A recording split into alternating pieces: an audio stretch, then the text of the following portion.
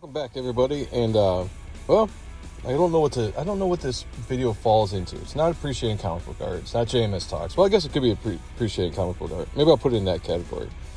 But this is why I'm impressed with Todd McFarlane's Spawn. Specifically, let's talk about Gunslinger Spawn. Now, this is probably this is the only title that I get right now outside of independent comics, and one has to do primarily with Brett Booth. Everybody that knows me knows I'm a huge fan of Brett Booth. He's within my top 10 artists. As far as artists that are still drawing today on a regular basis, he is my number one. Probably followed closely by David Finch and Rob Liefeld.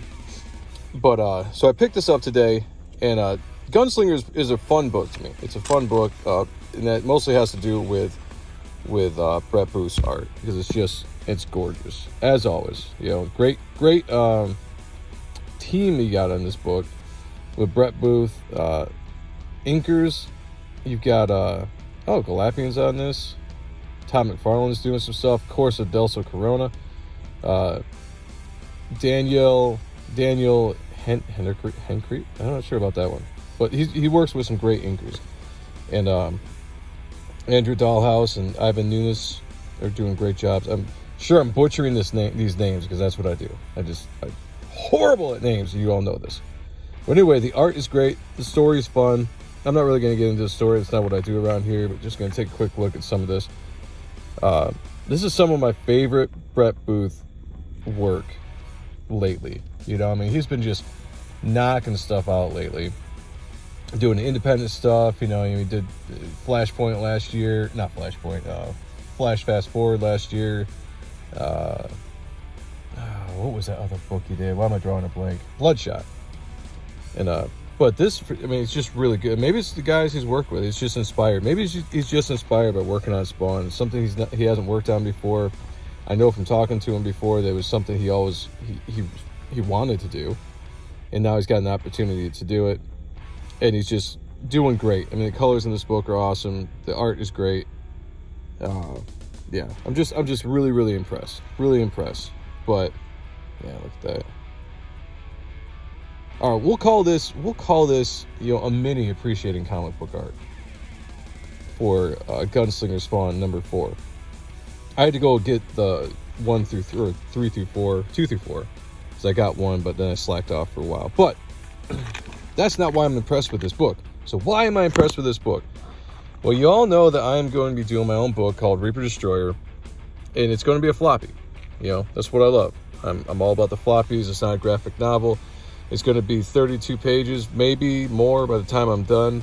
I'm not 100% set on it. It could be more at the end of it, but I'm going to do floppy. But what I like about this is it's still, very pliable, right? You bend it, which is what I like about floppies. I like the ability to open it up like that so you can see all the artwork. Sometimes when you're doing like the graphic novel stuff, it's hard to really open up the book, and you lose art. You lose art in the cracks here, and I just don't like it. So then you can open this up. Look at, very flexible. But this cover is pretty thick. Let's see. Hear that? It's got a thicker cover, so I don't know if the cover might be, let's say the cover is like 100 pound paper, and then you get into the actual book, and I say this is maybe, it could be 80 pound, maybe a little bit more, but it's glossy. It feels good though. So it's got a sense of high quality, and it's got a really solid cover. And I think that everybody that complains about like the quality of books and quality of paper, I think this is a good in between for people that like the graphic novel sturdiness of books. It has a really solid cover. It's again, you can hear it, it's got weight to it, but it's also got a lot of flexibility for being a floppy. So I personally think that this is the kind of style I'm going to go for with Reaper Destroyer. DC Comics does this too. When I was collecting Batman there for a while, they did variant covers, and all their variant covers had like this harder cover to it. And I just like it because it's hard, it's durable, but still You know, still flexible. You know, and a comic book, in my opinion, should be able to bend, able to, you know, open it up so you can get to the art. You know, like, oh man, look at that.